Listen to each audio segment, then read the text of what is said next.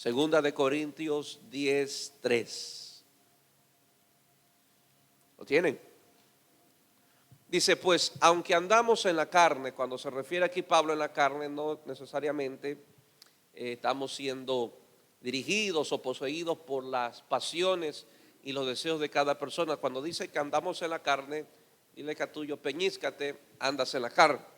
O sea, Pablo está diciendo, vivimos en esta tierra, tenemos cuerpo, tenemos carne, pero aunque vivimos en esta tierra y caminamos en esta tierra, Pablo dice, no militamos según la carne.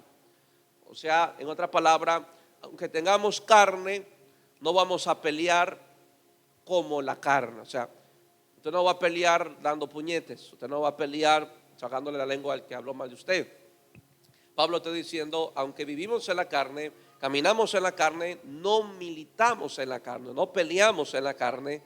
Y miren lo que dice el verso 4, porque las armas de nuestra milicia no son, o sea, no pertenecen a esta tierra. Es lo que Pablo está diciendo. Las armas para el creyente no pertenecen a esta tierra. Creemos en la protección de la policía, creemos en el resguardo que ellos pueden dar, creemos en tanto instrumentos, utensilios de defensa, de seguridad, los chalecos antibalas, las armas, los carros blindados que hoy se está viendo mucho en el país. Entonces Pablo dice, nuestras armas no tienen nada que ver con esto. Ahora, no estoy diciendo que no compre una buena chapa en su puerta, no estoy diciendo que no invierta en la seguridad de su casa o de su negocio, de ninguna manera, pero quiero que usted sepa que las armas que Dios usa para pelear no son de esta tierra. Ya conmigo, no son carnales, sino que son poderosas en Dios para la destrucción de fortalezas. Diga conmigo, fortalezas. Esas fortalezas no se las combate con las armas que usa el ser humano en esta tierra para defenderse o para atacar. Dice que estas fortalezas son derribadas únicamente con las armas que Dios ha provisto para su iglesia. Dile que a tuyo, Dios te ha dado armas. ¿A qué llamamos fortalezas? Bueno, el 5 lo explica. Derribando argumentos y toda altivez que se levante en contra del conocimiento de Dios. O sea, todo pensamiento en su vida que va en contra de lo que Dios es, de su carácter, se llama fortalezas. Diga conmigo, fortalezas.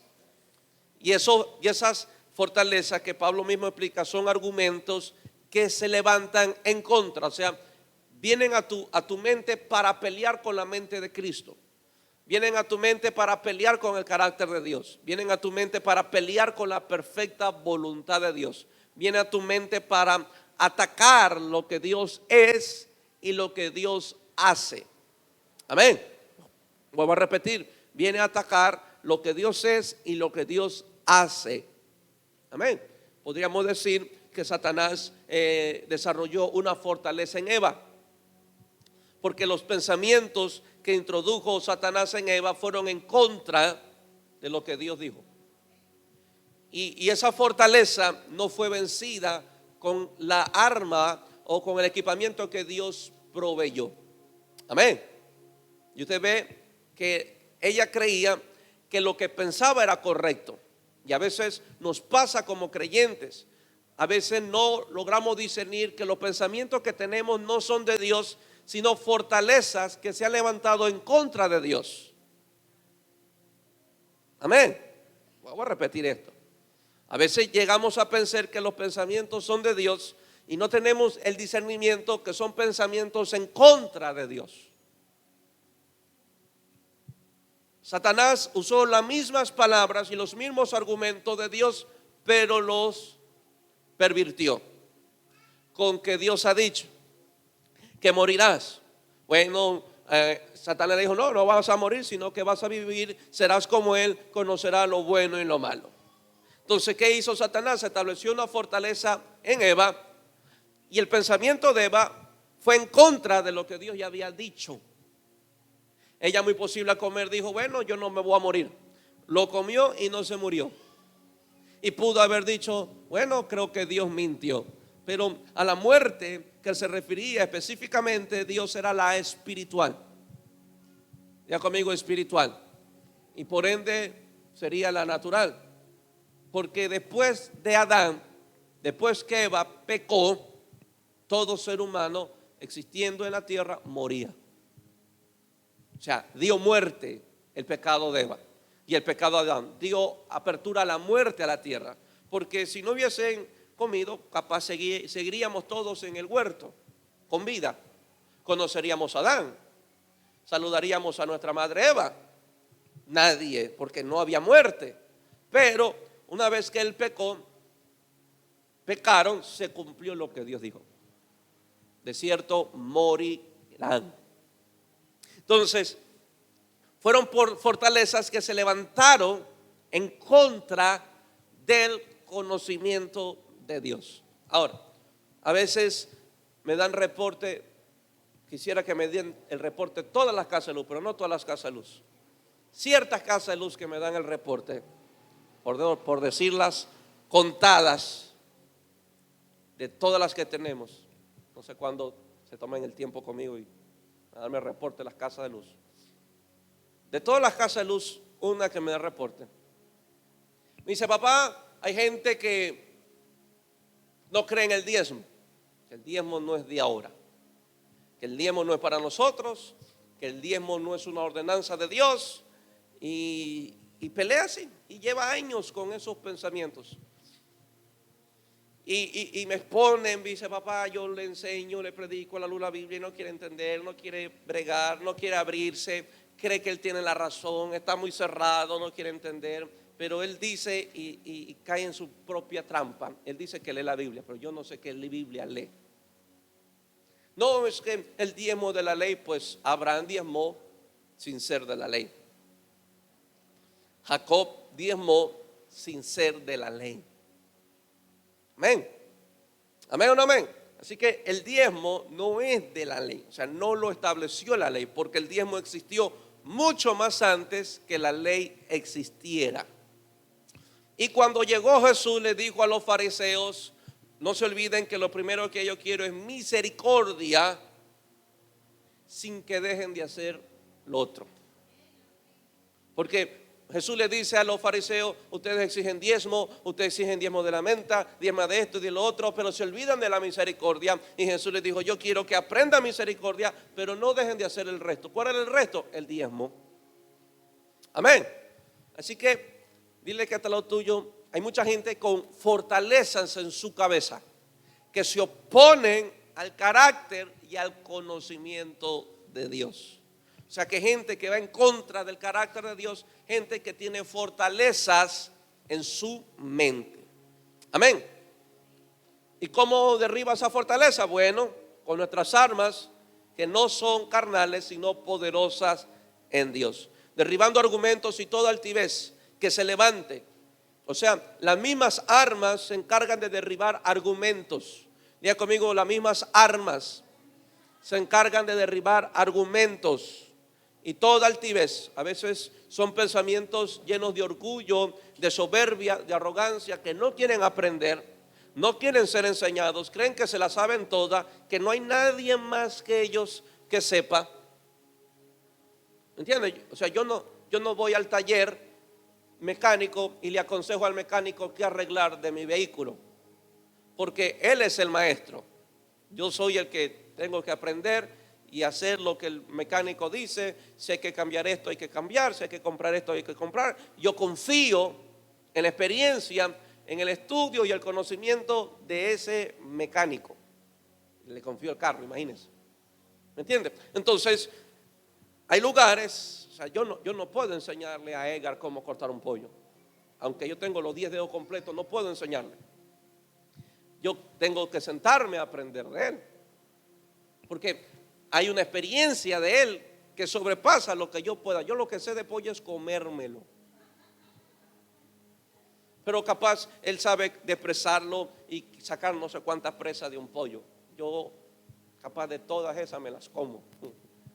Entonces cada quien tiene su especialidad y su virtud desarrollada más que otra, donde yo me siento y aprendo, donde yo me siento y escucho. Bueno, ahora usted entró en el territorio de la iglesia, usted se sienta y aprende. Amén. Porque si usted pretende enseñarme, créame que creo que a la vuelta alquilan un local, puede usted poner una iglesia ahí y usted se pone a enseñar. Amén. Amén o no amén. Así que dile que está al lado tuyo, no hay mejor cosa que abrir el corazón y la mente. Amén. Obvio que hay ministros, hay líderes y muchas veces pastores que predican babosadas más que otra cosa. Y llevando cautivo, mira cómo lleva cautivo todo pensamiento a que obedezca a Cristo. O sea que hay pensamientos que quieren desobedecer a Cristo. ¿A cuántos les han llegado esos? O sea, nadie tiene pensamientos que quiere desobedecer al Señor. ¿A cuántos? O sea, la única forma de llevar esos pensamientos que obedezca a Cristo es las armas que son poderosas en Dios. Entonces, un creyente sin estas armas es un creyente que difícilmente obedecerá al Señor. Porque cuando los argumentos son derribados, dice que lleva todo pensamiento a obedecer a Cristo. Y ese es el camino que Jesús nos invitó. El que quiera seguirme, tome su cruz y sígame. Amén. No nos vistamos de santo porque casi siempre llegan pensamientos que se oponen a Jesús, a lo que Él ya nos ha dicho. A veces queremos cuestionar y a veces queremos que Dios nos explique por qué nos pide esto. ¿Y por qué Dios? ¿Pero qué hago? ¿Qué mal estoy haciendo? Y a veces esos mismos pensamientos y tuyos hay que cautivarlos para que termine obedeciendo a Cristo. Amén. Jesús no nos prometió y nunca nos dijo que lo que Él nos iba a pedir iban a ser cosas fáciles. Nunca. Si no, pregúnteselo al joven rico si lo que Jesús le pidió era fácil. Pero por eso Él nos pide obediencia. Diga conmigo, obediencia. Amén. Bien. Debemos de entender la importancia de estar vestido de esta armadura. Si usted no ve estas armaduras como una necesidad, usted siempre vivirá desarmado ante los ataques de Satanás. Siempre estará desarmado. Siempre estará, y lo voy a decir de esta manera, más abierto a los pensamientos de Dios que a los pensamientos del diablo que a los de Dios. ¿Cuánta gente no cree más en la culpa y condenación que en la verdad y liberación de Jesús? Hay gente, me he topado, que no importa cuánto le predique de la sangre de Cristo, cuánto le predique del amor de Dios, cuánto le predique de la gracia y del perdón, viven con culpa. Sienten que son indignos, que no se lo merecen. ¿Por qué? Porque son creyentes desarmados, que prefieren creerle a las mentiras de Satanás que a la verdad liberadora de Dios. Porque Jesús dijo, si conoceréis esta verdad los hará verdaderamente libres. O sea que cuando conocemos la verdad de Dios, no hay espacio para la culpa ni la condenación. Si hay culpa y condenación en su vida, le digo lo siguiente, le comparto la siguiente noticia: le hace falta una verdad a usted. Porque cuando hay culpa y condenación es porque hay ausencia de verdad. Voy a repetir esto, por favor, quiero que me preste atención. Cuando hay culpa y condenación es porque hay ausencia de verdad en el corazón. No valgo, no merezco, lo perdí todo, pues hay ausencia de verdad. Recuerden que esta armadura nos ayudará a estar firmes contra las acechanzas del enemigo y ante el día malo. Eso lo prediqué el viernes antepasado. Hablé sobre por qué las armaduras tenemos que colocarnos, porque hay acechanzas del enemigo y hay días malos. Diga conmigo, días malos. Y si no somos dados a buscar esta armadura, seremos creyentes que lo único que conocerán será derrota. Voy a repetir, la victoria no se la consigue declarando. O sea, yo creo en la declaración, Pero las victorias no se consiguen confesando. Las victorias no se consiguen declarando. Las bendiciones no se consiguen orándolas. Las bendiciones se las consigue, la victoria se la consigue aplicando los principios de Dios. Amén. ¿Quiere bendición hasta que sobreabunde? Pues diezmo y ofrendas. ¿Quiere que todas las bendiciones le persigan? Pues esté atento a la voz de Dios y obedézcala. Amén. Amén. No importa cuánto proclames la victoria de la cruz. Hay gente que sabe lo que Jesús hizo en la cruz. Hay gente que sabe la sangre de Cristo. Hay gente que sabe del perdón de Dios, pero sin embargo no creen en el perdón. Sin embargo le creen a la mentira de Satanás. ¿Por qué? Porque no importa cuánto proclamen victoria, si no estamos dispuestos a armarnos, si no estamos dispuestos a estar vestidos de la armadura de Dios y aplicar principios de Dios, viviremos constantemente en derrotas. Amén. Si usted no se arma, la enfermedad lo terminará venciendo, la pobreza lo terminará venciendo, malas semillas y malos pensamientos de Satanás lo terminarán venciendo, las ofensas lo terminarán venciendo. O sea que usted tiene que armar y estar blindado, más blindado que los carros que van a retirar dinero en las empresas. Amén. Ahora, primero, entendamos la posición de la iglesia. Vamos a Efesios. Entendamos la posición de la iglesia. Efesios 2:4. Efesios 2:4. Pero Dios, que es rico en misericordia, dile que a tuyo, Él es rico en misericordia. Nunca dice que Él es rico en juicio. Nunca he encontrado un verso que diga que Él es rico en juicio. Pero sí he encontrado versos que Él es rico en misericordia. Él es rico en misericordia por su gran amor con que nos amó. Aun estando nosotros muertos en pecado, mira, aun estando nosotros muertos en pecado, nos dio vida juntamente con Cristo. Por gracia soy salvo. Dile que a tuyo, es por gracia, porque estábamos muertos en nuestros delitos y en nuestros pecados. Pero por gracia somos salvos. Diga conmigo, por gracia somos salvos. Y no solamente encontramos salvación, y esto es lo glorioso de lo que hizo Jesús en la cruz. No solamente nos dio salvación, sino que juntamente con Él nos resucitó y asimismo nos hizo sentar en lugares celestiales con Cristo Jesús. O sea, no solamente estoy salvo, sino que Jesús me dio una posición. Diga conmigo, me dio una posición. No una pequeña nube en el cielo, sino que estoy juntamente con Él sentado en lugares celestiales. O sea que lo que Jesús ganó para la iglesia es una posición muy alta, llena de autoridad, llena de poder. Cuando hablo iglesia, vuelvo a repetir, no me refiero a las cuatro paredes, me refiero a usted. Jesús ganó para usted una posición alta. Dios nunca fue en su corazón que la iglesia viviera arrastrada en el suelo, ni pisoteada. Porque desde el principio Dios profetizó sobre la iglesia que sería ella la que le aplastaría la cabeza a la serpiente. Aunque seríamos heridos, aunque seríamos golpeados, pero nosotros no nos la iban a pisar. Nosotros íbamos a pisar la cabeza a la serpiente, se lo dijo a Eva. Entonces, desde el principio Dios profetiza la posición de los descendientes de esa mujer, la cual es madre de todos los seres vivientes. Amén. Ahí está usted, ahí estoy yo, y usted y yo estamos llamados a pisarle la cabeza a Satanás.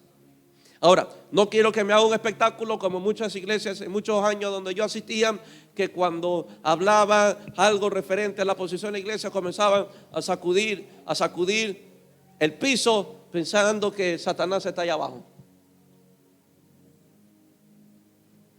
Amén. No sé, no me acuerdo qué músicas usaban. Está cayendo. Está cayendo. Esa creo que era. Y de repente usted ve a los hermanos, está cayendo y sacude y chivolea a Satanás y sácale más chivolo. De esa posición no me refiero. Porque Satanás, ya se lo he enseñado, no opera abajo de nosotros. Está en las regiones celestes. ejerciendo influencia y haciendo oposición a lo que Dios puede hacer. Ahora, vamos a capítulo 1, verso 16. Capítulo 1, verso 16. Pastor, pruébeme eso. Bueno, ¿a dónde lo encontraron a Satanás en el libro de Job? Rodeando la tierra. Y no se la rodeaba desde abajo. Tuvo que salir de la atmósfera y recorrer toda la tierra. Amén. Lamentablemente él no puede estar en todos los lugares. ¿Quién sabe dónde está ahora? Aquí no creo que esté en el país. No sé a dónde se haya ido con visa o con pasaporte. Ahora, capítulo 1, verso 16. No ceso de dar gracias por vosotros, haciendo memoria de vosotros en mis oraciones. Pablo orando por la iglesia de los Efesios. Para que el Dios de nuestro Señor Jesucristo, también estoy orando eso por ustedes, el Padre de gloria, os dé espíritu de sabiduría y revelación en el conocimiento de Cristo. O sea, ¿cuál es la oración de Pablo para los Efesios? Que ellos tengan espíritu de sabiduría y revelación en el conocimiento de Cristo. O sea que usted no conoce a Cristo leyendo la Biblia. Usted sabe de Cristo leyendo la Biblia, pero no conoce a Cristo. Pablo dijo, el conocer a Cristo viene por el espíritu de sabiduría y revelación. Voy a repetir, sabiduría y revelación. Amén. O sea, usted no conoce a Cristo sin este espíritu. ¿Se acuerdan cuando Jesús iba camino de Emaús? Dice que ninguno de los dos se había dado cuenta que era Jesús. Hasta que no entró a la casa de Jesús, partió el pan, y usted va a leer los versos y dice, y le fueron abiertos los ojos. O sea, tuvieron revelación que el que estaba ahí era Cristo. ¿Después de cuántas horas de conversa? O sea, ni ellos, o sea, esto es muy triste, que podemos ver a Jesús en persona, sin este espíritu no descubriremos que es Él. Podemos hasta hablar con Él y no saber que es Cristo. ¿Estamos claros? Amén o no amén. ¿Cuánta gente o cuántos creyentes no han leído el Antiguo Testamento y no han encontrado a Jesús en él? Mejor no sigo porque ya me miraron raro. ¿Para qué es este espíritu de sabiduría y revelación? Dice, alumbrando los ojos de vuestro entendimiento, para que sepas. O sea, la revelación y este espíritu de sabiduría me hace saber, me da a conocer, para que sepas cuál es la esperanza a que Él te ha llamado. ¿Usted sabe a quién lo llamaron? ¿Sabe a quién lo ha llamado? Entonces será muy bueno que empiece a orar por el espíritu de sabiduría y revelación, porque es en este espíritu que me hará saber a qué ha sido llamado, a cuál es la esperanza que Él nos ha llamado y cuáles las riquezas de la gloria de su herencia en los santos,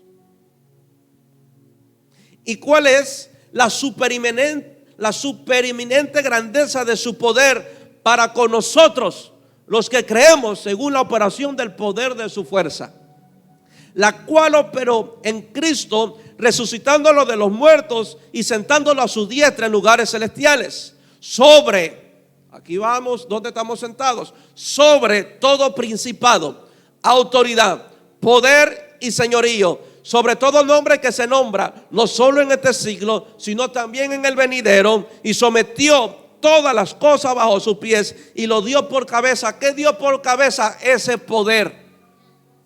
Y dio por cabeza sobre todas las cosas a la iglesia. ¿A quién?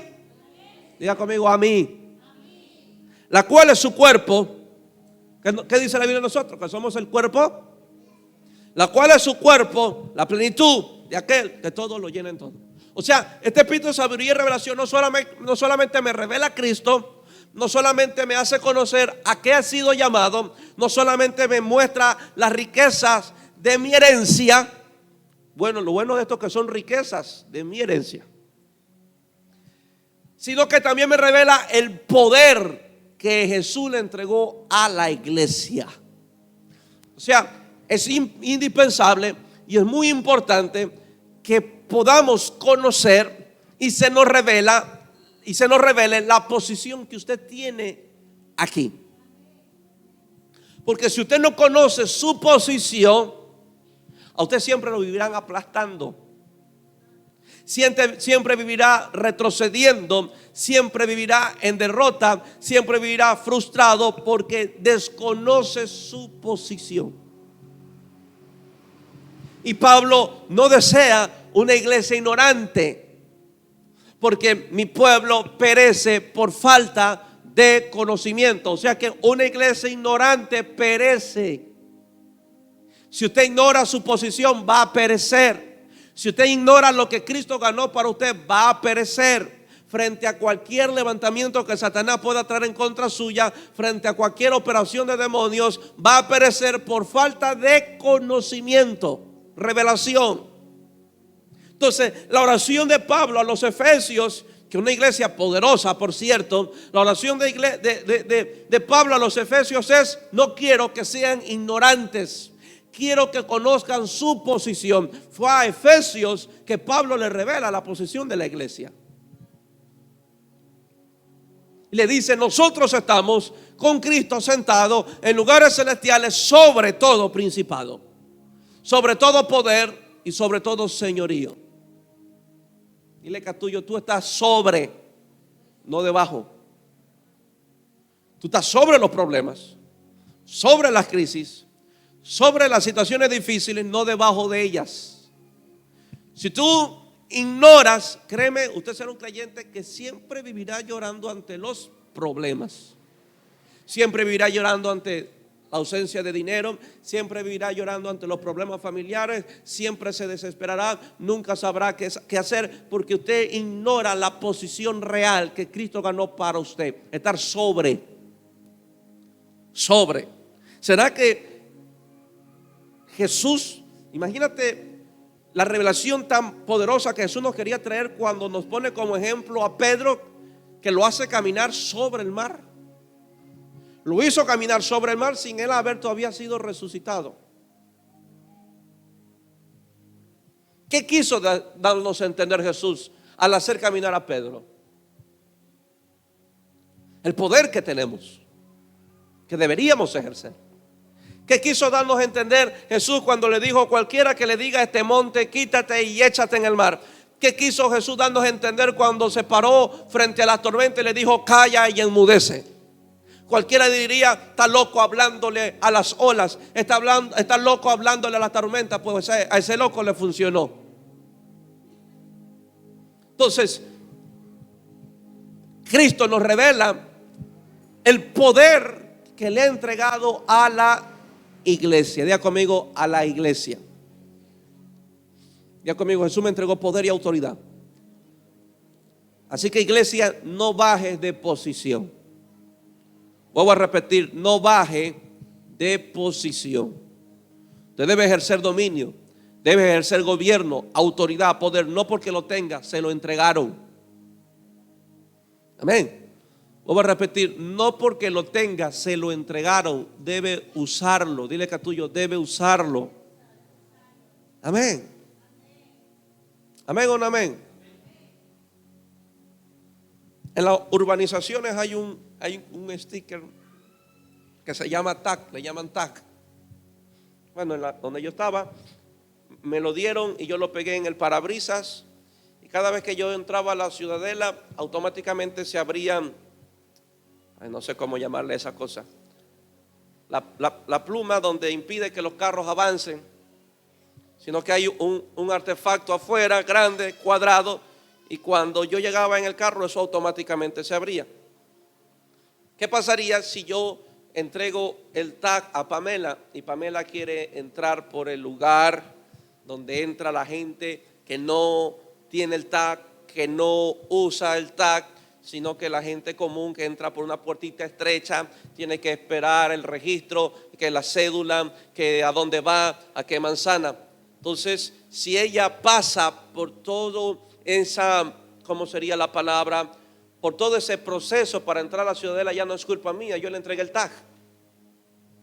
Ahora, si ella quiere hacer el proceso de anunciarse, de esto, de dar la cédula y estar conversando con el guardia, tenerlo ahí 5 minutos afuera hasta que llamen a donde yo estoy viviendo, señorita Alburquerque que está afuera, y es culpa de ella, porque yo le entregué el tag. Ella podía entrar con el tag y se iba para adentro.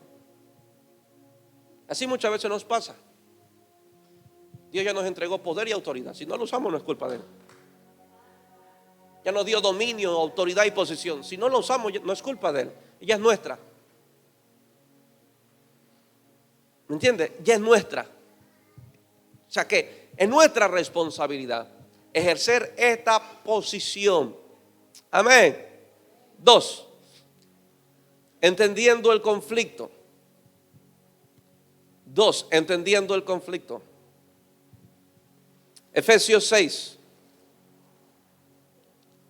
Efesios capítulo 6, verso 10.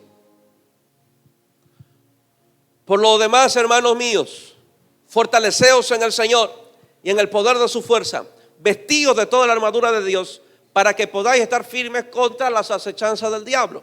Miren lo que dice el verso 12. Porque no tenemos lucha contra carne y sangre. Diga conmigo: mi lucha no es contigo. No tenemos lucha contra carne y sangre. Usted debe de entender el conflicto.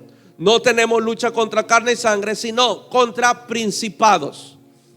Pablo empieza a enumerar los rangos de principados, de demonios. Dice contra principados.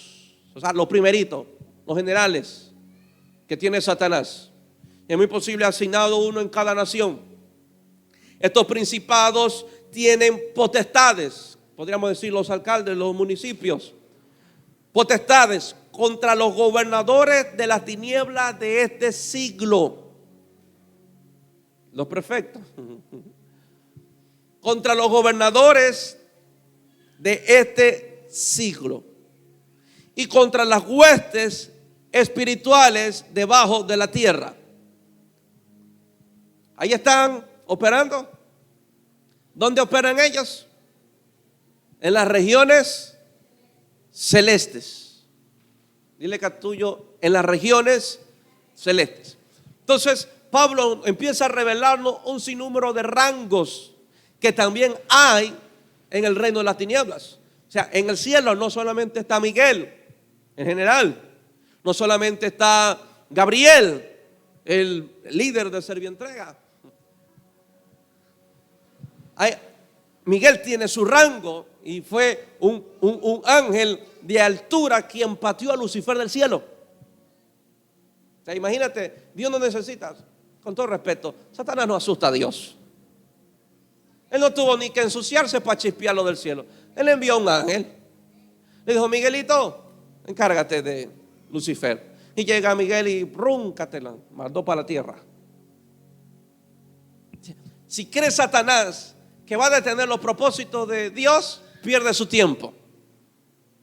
Si cree que lo que está haciendo Satanás asusta y preocupa a Dios, pierde su tiempo. O sea, Dios no tuvo ni que ensuciarse las manos en el cielo. Dios seguía estando en el trono como lo sigue estando hoy. Y creo que así como Dios le delegó la autoridad, la potestad a Miguel de sacar a Lucifer, así ahora Cristo se le ha entregado a la iglesia. O sea que si Satanás sigue haciendo de las suyas en nuestro territorio, es culpa nuestra, que no lo queremos echar, no lo queremos chispear, no lo queremos sacar de nuestros hogares, no lo queremos sacar de nuestras finanzas, no lo queremos chispear de nuestras ciudades. Amén. Por tanto, tomad toda la armadura. O sea, Pablo está diciendo: entiende el conflicto, que nuestra lucha no es contra carne y sangre. Por eso es necesario colocarnos la armadura. Diga conmigo: por eso es muy necesario colocarme la armadura.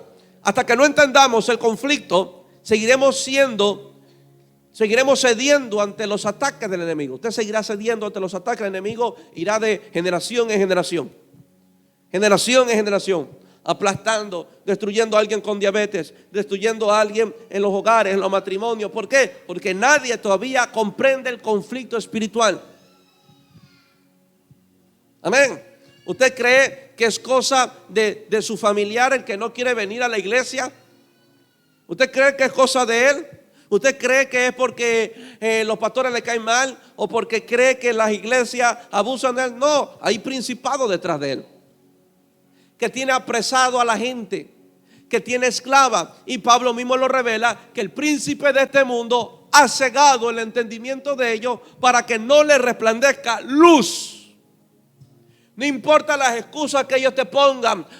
Es que yo iba antes a la iglesia, pero el pastor hizo esto y ya no creo en los pastores, ya no creo en la iglesia. Presenten las excusas que sean, pero si hoy no pueden ser parte del evangelio, vivir en el evangelio, porque el príncipe de este mundo cegó su entendimiento. No importa lo que le digan sus familiares, no importa lo que le digan sus hijos, no importa lo que le diga su esposo, no importa lo que le diga su esposa, sus padres, no importa el pretexto o excusa que ellos quieran dar. Simplemente Satanás le ha cegado el entendimiento para que la luz del evangelio no le resplandezca como a ti ya te resplandeció. Así que el problema de la iglesia, que ha visto esto como un asunto normal, ya se le ha de pasar. Es que le han hecho daño. Y ¿sabe lo más triste? Que he escuchado creyentes defendiendo la ceguera de otro. Es que le han hecho daño, pastor. Él estaba en una iglesia y un pastor le bolsiqueó. Un hermano le hizo daño y por eso ya no cree en la iglesia. No excuse y no defienda la ceguera de alguien. Amén. Amén o no amén. Porque dile que atrás tuyo son puras excusas. Pastores que me hicieron daño, entonces dile que tuyo no has conocido entonces a mi pastor. En el sentido de que, o sea, yo con todo respeto, yo respeto muchas excusas de mucha gente. Me hicieron daño, como que a mí no me hicieron, como que a mí no me lastimaron, como que conmigo no hicieron injusticia, como que conmigo no hicieron caso. Y usted me ve aquí sangrando, echando veneno, hablando mal de mis pastores que fueron. Usted no ve a su pastor así. Entonces, no importa lo que la gente se llene en su boca de excusas, tan ciegos, y el príncipe de este mundo no quiere que la luz del evangelio le resplandezca. Y ahí es donde usted entra a ejercer autoridad y a ser libre a ese familiar, a ese hijo o a ese esposo. Entonces, su lucha no es contra él. Ahora su lucha es con el que lo mantiene ciego. Su lucha es con el que mantiene esclavo su corazón, lo tiene amargado, ofendido, frustrado. Su lucha es contra él, no contra su familia. Es que no tengo tiempo para la iglesia porque yo trabajo. Excusas baratas. El problema es que la iglesia está defendiendo muchas excusas de muchos ciegos espirituales. Ese es el problema. Y no le hacen saber que si lamentablemente no llegan a Cristo, se van para el infierno. No hay otra vida. No le han hecho ver a la iglesia la urgencia de tener a Cristo en sus corazones.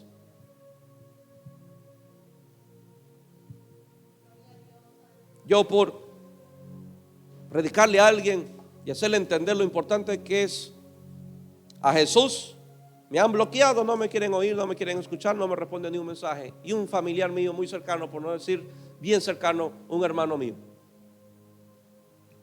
Pues, si no recibe a Cristo, pues no podrá acusarme de que no se le predicó, de que no se le dijo lo importante que es tener a Cristo en su corazón.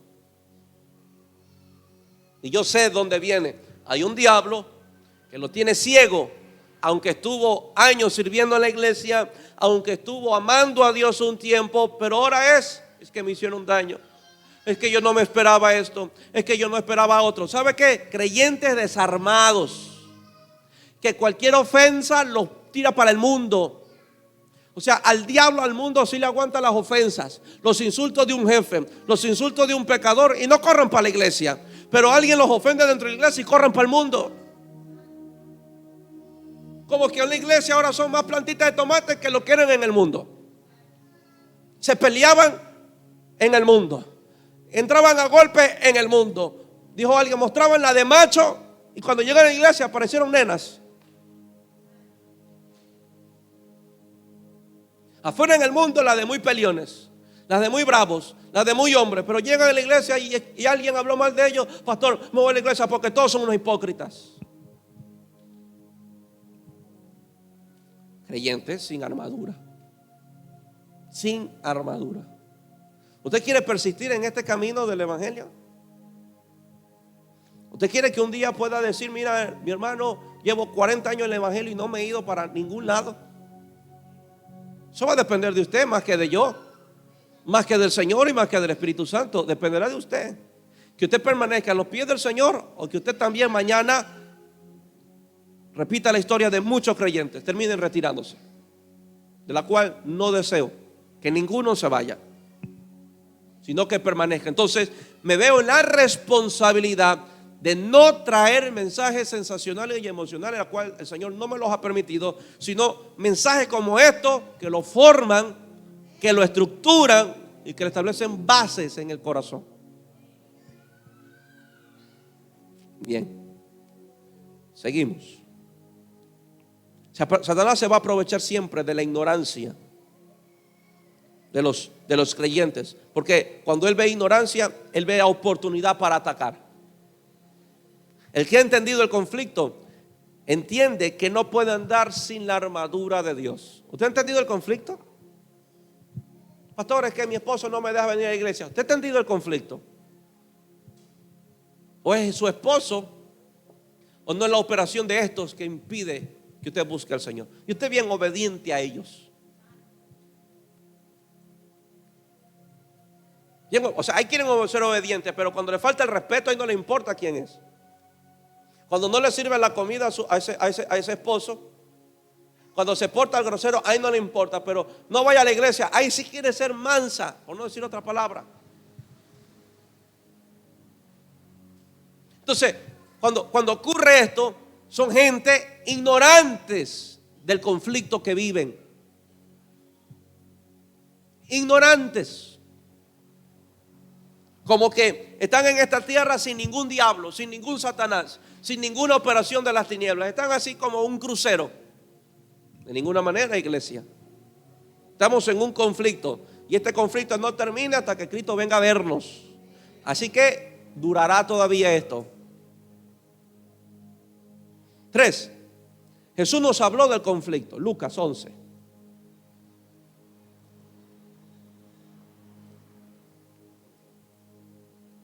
Lucas 11, verso 20. Mas si por el dedo de Dios echo yo fuera a los demonios, ciertamente el reino de Dios ha llegado a vosotros. Jesús se enfrenta con un endemoniado. Y no solamente con un endemoniado, sino con la religión. Y él dice, ¿cómo me pueden a mí acusar de Belcebú? O sea, un diablo echando fuera a otro diablo. Eso no sucede, dijo Jesús. Porque si no, diríamos que un reino dividido no puede prevalecer. Pero Jesús dijo, pero si los demonios salen, es porque el reino de Dios se ha acercado. O sea, ¿sabe lo que está diciendo Jesús? El reino de Dios prevaleció. Y antes de que prevalezca, hubo un conflicto entre el reino de las tinieblas y el reino de Dios. Y Jesús dijo, si yo cuando echo a alguien demonios por el dedo de Dios, es porque el reino de Dios se ha acercado. Ahora, escúchame bien. Para entender este asunto de liberación, recuerden que Jesús era un hombre que acostumbraba a orar toda la noche. O sea que él no llegaba así por así, había un endemoniado, ven para echarte fuera. No, hay un recorrido, hay un historial de búsqueda. Hay un historial de obediencia, hay un historial de comunión con Dios, donde él era equipado, él era instruido, donde recibía la unción para el día siguiente enfrentarse con enfermos, con endemoniados y liberarlos. Pero hoy queremos liberar a nuestra familia para que busquen al Señor sin ayunos, sin vigilias, sin vida de oración y sin vida de obediencia. Entonces muchas veces creemos que nuestros familiares correrán a Jesús porque un día antes, 10 minutos, oré, Señor, salva a mi familia. ¿Me entiende? ¿Amén o no amén? Un conflicto. El deseo de Dios fue salvar a todo el mundo. Te hago la pregunta, ¿todo el mundo está salvo hoy? No. Y eso lo dijo hace miles de años. En la cruz Jesús murió, se salvaron todos.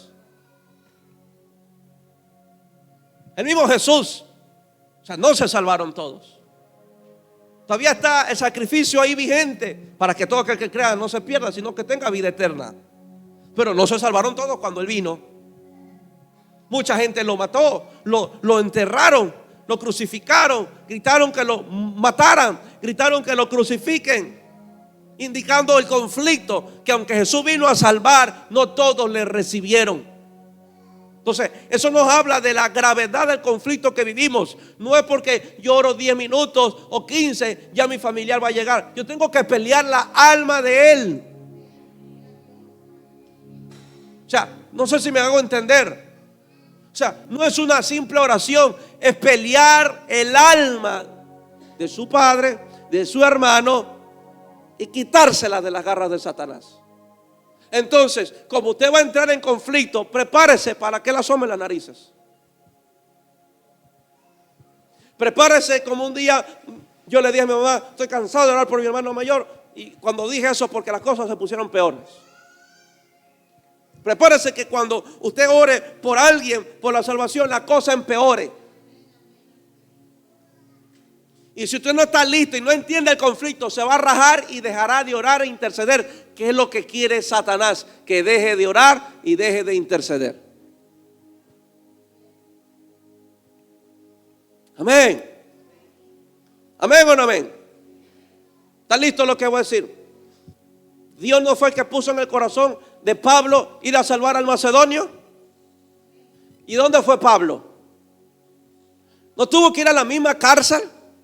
¿Saben por qué? Por liberar a una adivina.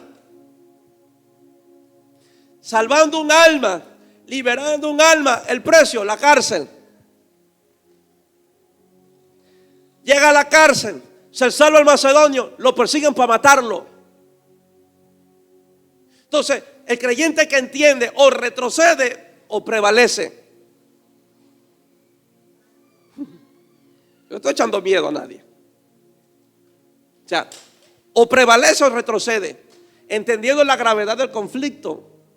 Porque no es que yo oro y ya el alma de alguien se salvó. Prepárese para que lo jorunguen. Prepárese para que le molesten en la economía. Prepárese que lo molesten a alguien enfermándolo. Y usted persista o retroceda. Capaz si retrocede, Él te deja tranquilo. Pero Pablo dijo, Hebreo dijo, no somos de lo que retrocedemos. O sea, aún para pelear hay que tener el carácter para hacerlo.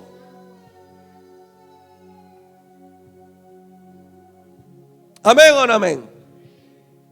¿Usted cree que el Satanás a mí no me ataca? Cuando voy a la casa de alguien y el hogar de alguien se restaura, el ánimo de alguien se levanta, ¿usted cree que Satanás no ataca? Salgo a hacer la voluntad de Dios, salgo a hacer una visita y de repente viene una cosa que nadie lo esperaba, se te roban los espejos y cuánta cosa venga. Y no solamente, ay, si se le robaron, eso cuesta plata. Y uno dice, Señor, pero nada he hecho, estoy haciendo la voluntad. Por hacer la voluntad es que nos enfrentamos a eso. Y usted tiene que tomar una decisión. O se acobarda y se viste de gallina o vuela como las águilas. Estamos en conflicto. Mientras usted sea un creyente de verdad que quiera hacerlo, prepárese para pelear. Prepárese para pelear. ¿Usted está predicando casa de luz? Pues prepárese para que lo frieguen. Pastor, así yo no quiero nada. Entonces está mal ubicado. Debería estar en la casa viendo telenovela. Porque solamente los violentos, no locos, dijo Pablo, los violentos arrebatan el reino de los cielos. Entonces, en otras palabras, se lo parafraseo en el vocabulario guayaco. El cielo no es para cobardes, para gente violenta, valiente, que después de establecer a Jesús en alto, lo manden para un foso de leones, lo metan a un horno de fuego, lo metan a un pozo, lo manden preso, le hagan injusticia, le vean la cara, lo golpeen, lo traicionen. Entonces prepárese. Yo no vengo, miren, si fuera un pastor que buscara popularidad, no traería este mensaje y tuviera una iglesia ignorante y débil. de la cual hay muchísimas. Porque trayendo mensajes emocionales es fácil llenar una iglesia. Yo mañana traigo un loco con una nueva moda, una barba hasta la rodilla, con los jeans cortados, y va a ver que aquí va a haber multitud de jóvenes. Traigo un artista, le meto humo y cámara y va a ver. Pero traigo palabras como esta, se van. Porque dicen, esta no es mi iglesia. Exactamente, esta no es, búsquese otra. Aquí su pastor, entendido mi asignación y mi propósito como pastor es perfeccionar a los santos para toda buena obra. Amén.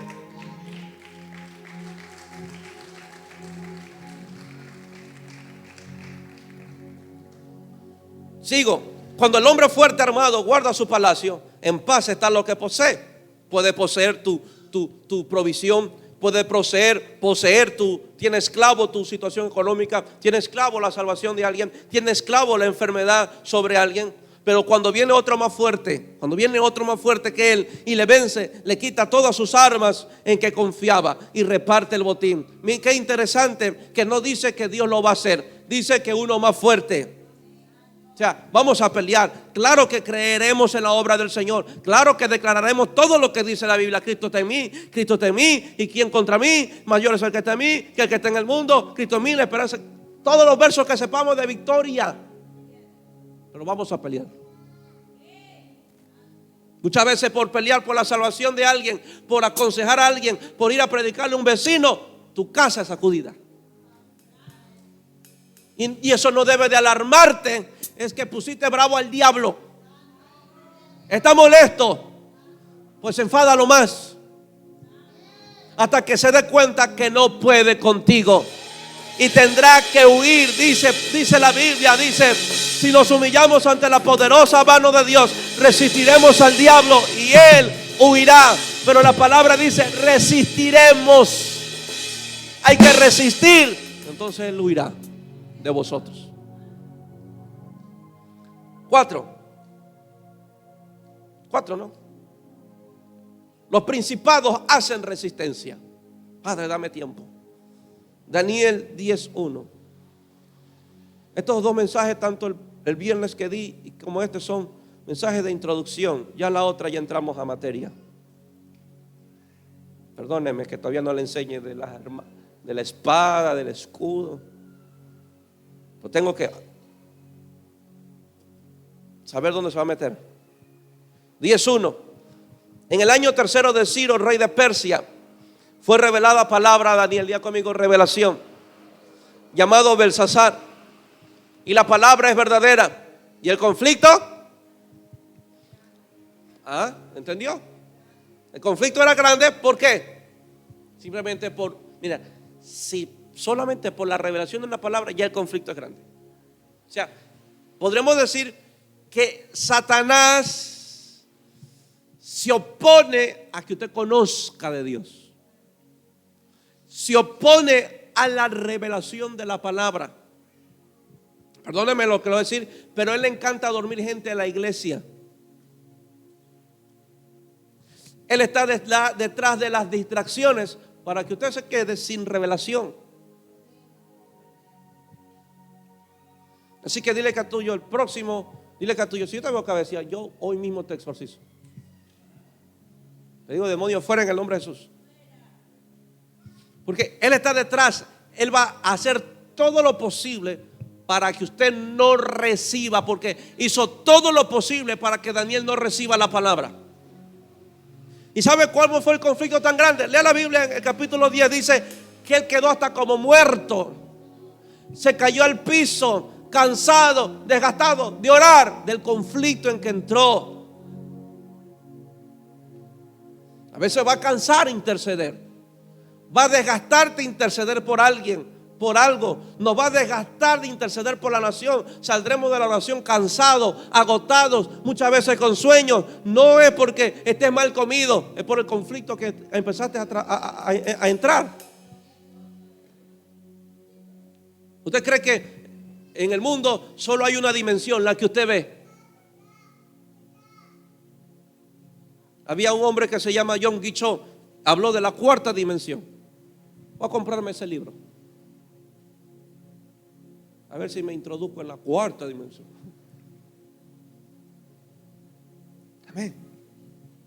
Juan vio el mundo espiritual. Elías, el profeta, vivía en el mundo espiritual. Estaba más armado de huestes celestiales que de ejércitos terrenales. Y un siervo, ay, ahora son mucha gente contra nosotros. Y él bien fresco tomando cola y pan. Le dijo, ¿qué te pasa? Si mayores los que están conmigo. Y le dijo, Señor, por favor, ábrele los ojos. ¿Se dan cuenta? Revelación, entendimiento. Ábrele los ojos a mis siervos para que vean quiénes están con nosotros. Y cuando le fueron abiertos los ojos, y una hueste de ejércitos celestiales respaldando al profeta. Oh, si así se nos abrieran los ojos, créame que no andaría acobardado en las calles. Ahí sí diríamos, mayor es el que está en mí. El problema es que no lo vemos. ¿Y sabe por qué no lo vemos? Porque queremos ver para creer. No lo vemos porque no creemos.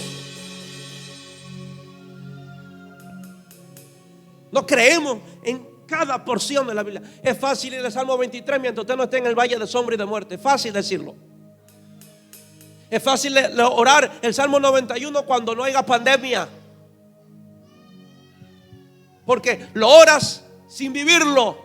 Pero el que lo vives, el día que lo vives, que te toque andar por el valle de sombra y muerte, quiero ver que creas ese verso.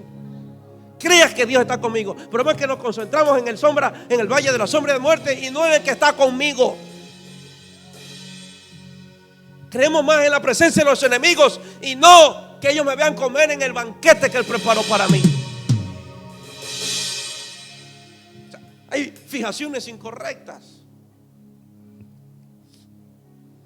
El conflicto era grande. Daniel entró en un conflicto. Verso 12.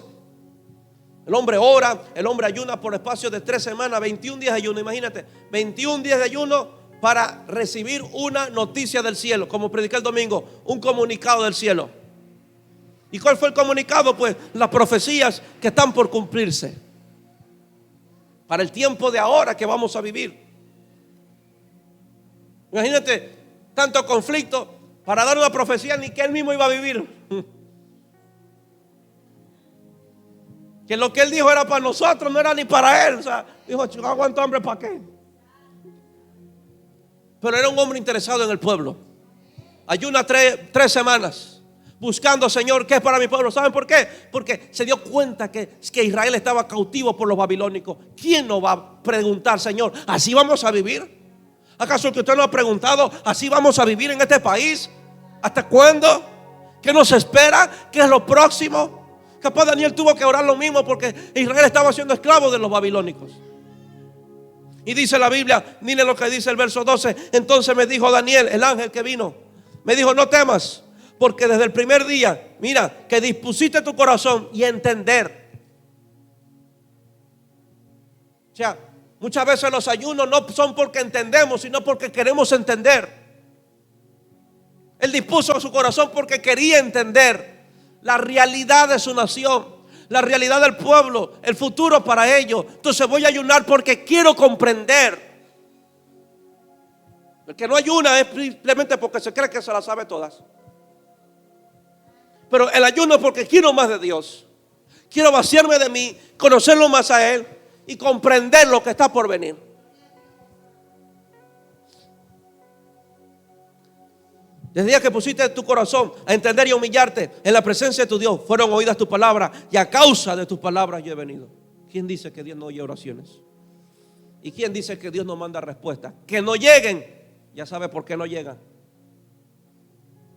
Porque no dice, es que Dios lo estaba pensando y yo estaba esperando que me diera la orden para venir. No, dice, oímos tus oraciones y he venido por ellas. No sé si me entendió. No es que el cielo se retrasa. No es que el cielo demora en la oposición de estas huestes. No sé si me hago entender. El ángel dijo, el día, no que ayunaste, que dispusiste tu corazón a humillarte y a entender, ese día fui enviado a causa de tus oraciones. O sea, no es que Dios envió el ángel después de 21 días, lo envió el primer día que Daniel dispuso su corazón a orar. O sea que si el ángel llegaba, Daniel no ayunaría 21 días. Pero él explica por qué se demoró 21 días cuando él hizo un viaje de un día, pero terminó 21 para llegar donde Daniel.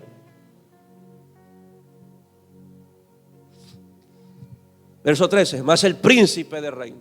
O sea, el ángel dijo: yo vine primero, te escuché orar y yo bajé. Pero el príncipe de Persia se me opuso durante 21 días. O sea, el ángel dijo: yo he peleado, peleé. O sea, Dios no quiere dejar a nadie sin respuesta. Dios no quiere dejar a nadie sin milagro. Lo va a hacer. Él dijo: yo peleé, pero había un Daniel que también estaba peleando. ¿Qué si Daniel abandonaba? El ángel se regresaba capaz. Se necesita ese carácter como Jacob. Aunque un usurpador, pero peleaba su bendición. Aunque le costara una cadera. El príncipe de Persia se me opuso durante 21 días, pero he aquí Miguel. Ay, bajó el grande. Bajó el grande. Miguel, ayúdanos en este país. Pero aquí Miguel, uno de los príncipes principales, vino para ayudarme. Capaz era Gabriel, que era el mensajero. Imagínate Gabrielito con un bolsito y unas cartas aquí, con su boina, todo inofensivo, mi Gabrielito. Y de repente agarra el de 1,75 m con un traje de vino y llega el ángel de la talla del pastor. ¿Qué pasa aquí? Y Gabriel dice: no, es que este principado no me deja pasar, no me deja entrar. Pero aquí Miguel, uno de los principales príncipes, vino para ayudarme y quedé allí con los reyes de Persia. He venido para hacerte saber, tanta pelea solamente por la información. He venido para hacerte saber lo que ha de venir a tu pueblo en los postreros días, porque la visión es para esos días. Mientras me decía estas palabras, estaba yo con los ojos puestos en tierra y enmudecido. Aquí podemos ver cómo Satanás, estas huestes y estos principados hacen oposición al reino de Dios.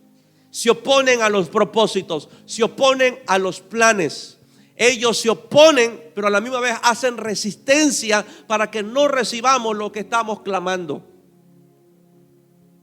¿No le ha pasado que ha habido momentos de oración donde Dios no le aparece ni por una hora? Ha entrado a orar y no asoma ni siquiera un humo.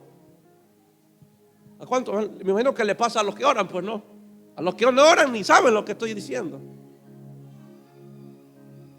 Pero ha habido otro momento donde usted siente la presencia de Dios fluida, de ganas de orar hasta 5 horas.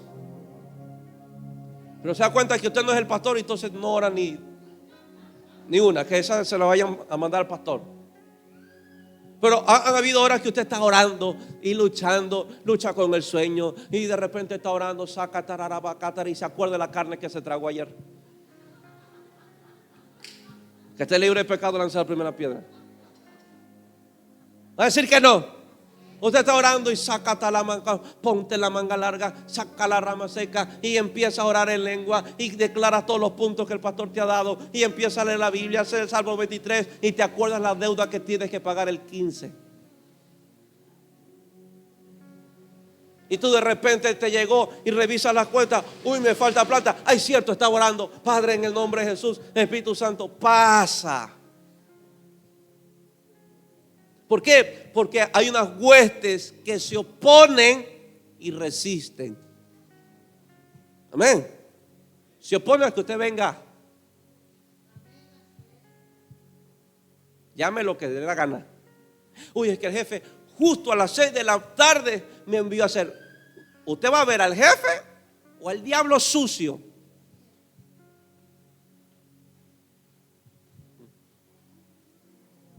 Porque al jefe no lo puede echar fuera, porque a usted lo terminarán echando del trabajo. Ahora ese diablo sí. A ese demonio que vino a estorbar y a oponerse a que usted reciba y sea ministrado por el Señor, a ese sí. Amén. Pastor, pero justo a las 6 me mandaron a hacer un envío, una entrega. Pues será mejor que empiece a orar, porque si no le cogerán de costumbre. Ore para que usted no lo llamen, que llamen a otro. Amén. ¿Por qué no? Dijeron a Esther: tú no te puedes presentar al rey sin avisarte, porque te matan. Pues voy a orar para que cuando me vea no me mate. Y fue a orar. Se metió 3 días de ayuno. Y ya donde llega donde el rey, y todos a la expectativa comiendo canguil. ¿Será que la matan? ¿Será que nos quedamos sin reina? Y el rey saca el cetro y le dijo: bien recibida. Y Esther se levanta sacándole la lengua a todo el mundo que esperaba su muerte. ¿Cómo que la oración no puede cambiar? ¿No estaba Nehemías trabajando en el gobierno con Asuero? Y Dios lo necesitaba en Jerusalén. Pero Nehemías no fue: Señor, jefe, hoy tengo culto, será que no me moleste, porque yo a las 4 me tengo que ir. Lo siento, búsquese a otro, porque yo tengo culto. Usted no ve a Nehemías actuando así. Y yo nunca he enseñado que hagan eso los que trabajan. Ni siquiera tiene que decirle que usted tiene culto, porque le van a coger fastidio. Porque te dirán: entonces ¿para qué trabaja? Que es en su casa. Pero sí puedo orar como Nehemías: Señor, tengo unas ocupaciones.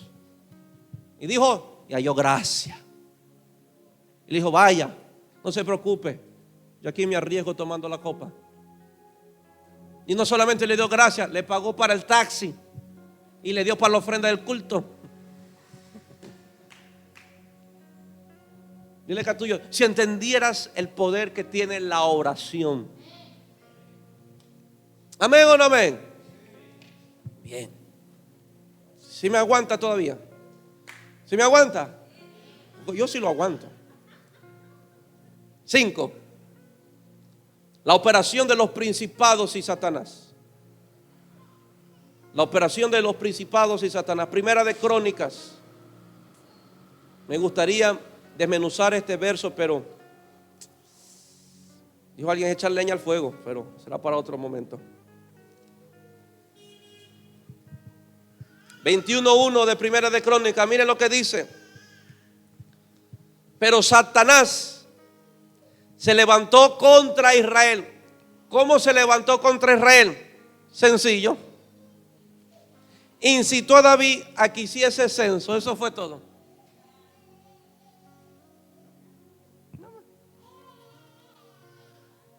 Dile que a tuyo, cosas minúsculas que le damos aperturas a Satanás es provocar unas grandes desgracias. Dijo alguien: un censo, ¿qué malo hay del censo?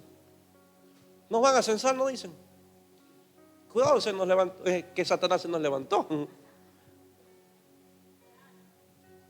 Cosa sencilla. ¿Quieren saber lo que produjo esta cosa sencilla?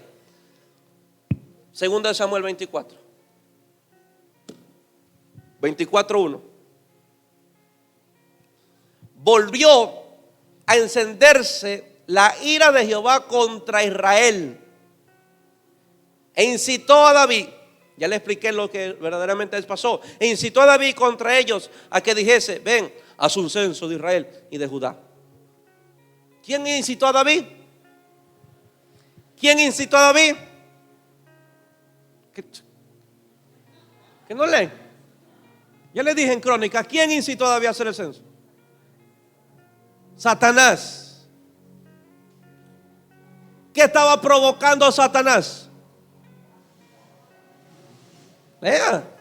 ¿Qué estaba provocando a Satanás? La ira de Jehová. ¿Qué provocó Satanás con Adán y Eva? Que le dieran puerta abierta. Miren lo que hace Satanás. Él no te coge la manzana y te dice: muérdela o te mato. Él le gusta incitar. Él incita. O sea, él está que te dice: hazlo. Nada más lo pasa. Désatela en corto que nadie se va a enterar. Es muy posible que nadie se entera, pero él ya entró. Él ya entró. Y eso muchos de los muchachos no entienden. Nadie se va a enterar, no le digo a nadie, pero él te incitó porque él quería entrar. Porque él no entra si nadie le da permiso. Él no podía atacar a Israel si David no le daba permiso. Le decía a alguien que me conversábamos unos datos, le decía, es mejor que lo hagan rápido para no dar oportunidad. No, es que después le digo, después hablo con un pastor, después hago esto, después le digo lo otro. Cuidado.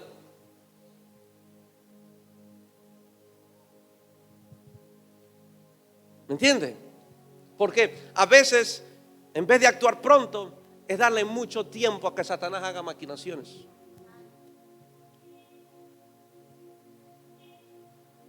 ¿Me entiende? ¿Qué hizo Satanás? Incitó a un rey.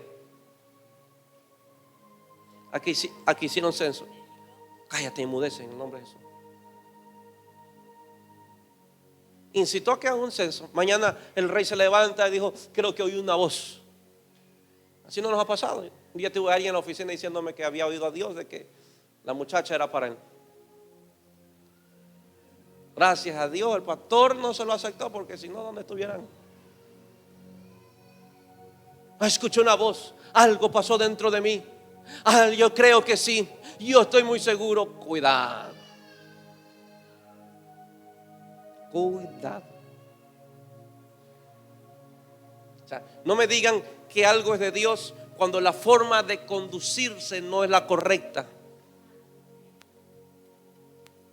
Pero decimos, es que es de Dios. Cuidado, el que te esté incitando sea otro y no sea Dios. Pastor, me gusta la muchacha, me quiero casar con él. Yo creo que sí es. Pasa el tiempo, 3 meses, después me dice, pastor, ya no, pero me gusta la de allá, pero yo creo que esta sí es. ¿Y mañana? ¿Cuál será? ¿Y pasado mañana? ¿Quieres saber lo que pasó? Lo voy a leer rápidamente. Después que David hubo censado al pueblo, le pesó en su corazón y dijo David a Jehová, yo he pecado gravemente por haber hecho esto. ¿No nos pasa esto siempre? Después que hacemos nos arrepentimos. Siempre después que hacemos nos arrepentimos. ¿Sí o no? Usted nunca se arrepiente antes de hacerlo, ¿no? No hay necesidad. Cada vez que pecamos nos llega el siento culpa. ¿Qué hice? Le fallé a Dios siempre, porque eso le encanta a Satanás, ver a la gente miserable. ¿Por qué no le hice caso al pastor? ¿Por qué no le hice caso al líder? ¿Qué me pasó? No sé qué me pasó. Dile que a tuyo te incitaron a hacer lo malo y no fue Dios. Después que David hubo censado al pueblo, dice, le pesó el corazón, yo he pecado gravemente por haber hecho esto, mas ahora, oh Jehová, te ruego que quites el pecado de tu siervo, porque yo he hecho muy neciamente. Y por la mañana, cuando David se hubo levantado, vino palabra de Jehová al profeta Gad, vidente de David, diciendo, ve y di a David, así ha dicho Jehová, 3 cosas te ofrezco. Tú escogerás una de ellas para que yo haga. Vino pues Gad a David y se lo hizo saber y le dijo, ¿qué quieres que te vengan? ¿Quieres que te vengan 7 años de hambre en tu tierra? Se le dio a escoger el castigo. ¿Quieres que te vengan 7 años de hambre en tu tierra? ¿O que huyas 3 meses delante de tus enemigos y que ellos te persigan? ¿O que 3 días haya peste en tu tierra? Piensa ahora y mira que responderé. Al que me ha enviado. Ninguna es buena. O sea, creo que Dios le estaba suavizando el castigo. Entonces David dijo, en grande angustia estoy. Caigamos ahora en manos de Jehová, porque sus misericordias son muchas, mas no caiga yo en manos de hombres. David dijo, prefiero que Dios me respete a caer en manos de hombres. O sea, por la segunda no se iba. Y Jehová envió la peste sobre el rey, desde la mañana hasta el tiempo señalado, y murieron del pueblo desde Dan hasta Beerseba 70,000 hombres. ¿Cuánto duró la peste? 3 días. ¿Y cuántos murieron? ¿Por culpa de quién? ¿Por culpa de quién? David. David que hizo caso a Satanás.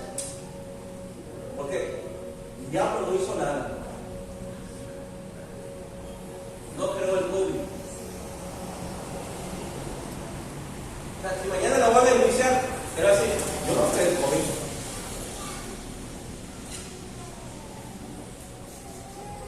Maldijeron a la culebra y él se fue. La culebra se dejó usar. Él puede decir, yo no quebré, yo no creé el COVID, yo no mandé los misiles a Ucrania, yo no destruí el puente, yo no le di permiso a los sicarios, yo no le di permiso a narcos. ¿Pero por cuál es el único pecado que van a enjuiciar a Satanás? Por haber tocado al Hijo de Dios. El único pecado contra el Señor. De ahí todos los desastres que vemos en el mundo, simplemente fue, haz esto, haga lo otro, haga esto, sepárate de tu mujer, ya no lo entiendo, ya no te entiendo, hágate la iglesia, le vamos a tocar la lengua, váyase. Todo eso es el resultado de incitaciones de él. ¿Y quiénes pagan los platos rotos? Mucha gente. Imagínate, jovencita, si tú te casas mal, ¿quién cree que va a pagar los platos rotos? ¿Tus hijos? Vivirán con padres disfuncionales, se criarán sin la imagen de un padre o se criarán sin la imagen de una madre. ¿Quiénes pagaron el plato roto de las pasiones no controladas o incitadas por Satanás? Los hijos. Y eso si es que no adquiere una enfermedad grave.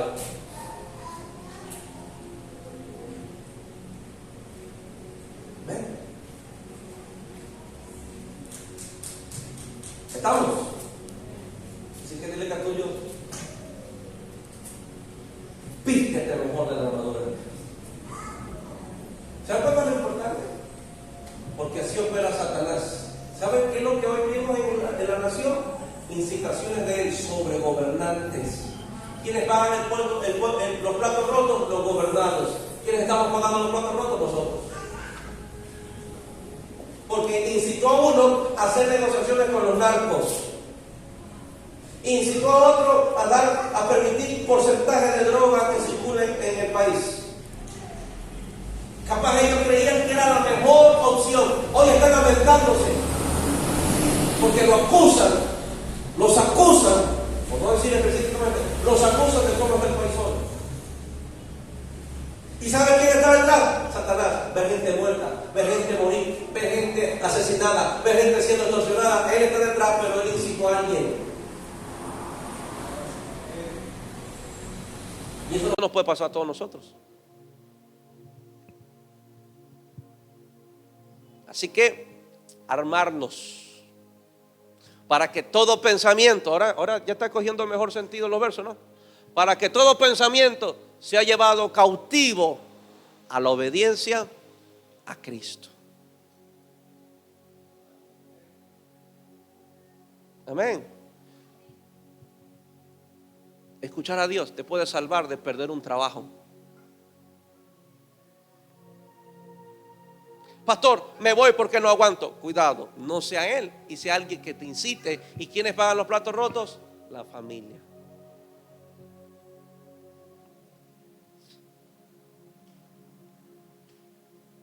Amén. Pastor, me llegó un trabajo este domingo, voy a ganar bien. Cuidado, el que te incite no quiere que busques al Señor. Y tú crees que está bien, que es lo correcto, que es lo que tú necesitas. Por eso Pablo dijo, hay acechanzas del diablo. Vístete de toda la armadura de Dios para que podáis resistir las acechanzas del diablo y el día malo. Amén. Buscar afectar a una nación a través de los gobiernos. Satanás buscará afectar a una nación a través de los gobernantes. Incitará a nuestros gobernantes a actuar bajo la influencia de ellos y provocar la ira de Dios sobre nuestras naciones. La iglesia no puede dejar de interceder por nuestros gobernantes. Por eso Pablo dijo que es muy importante que la iglesia interceda por los que están en eminencia. Y en Romanos 8:37 lo ponen. Mas en todas estas cosas somos más que vencedores en Cristo Jesús. Romanos 8:37. ¿Pueden poner?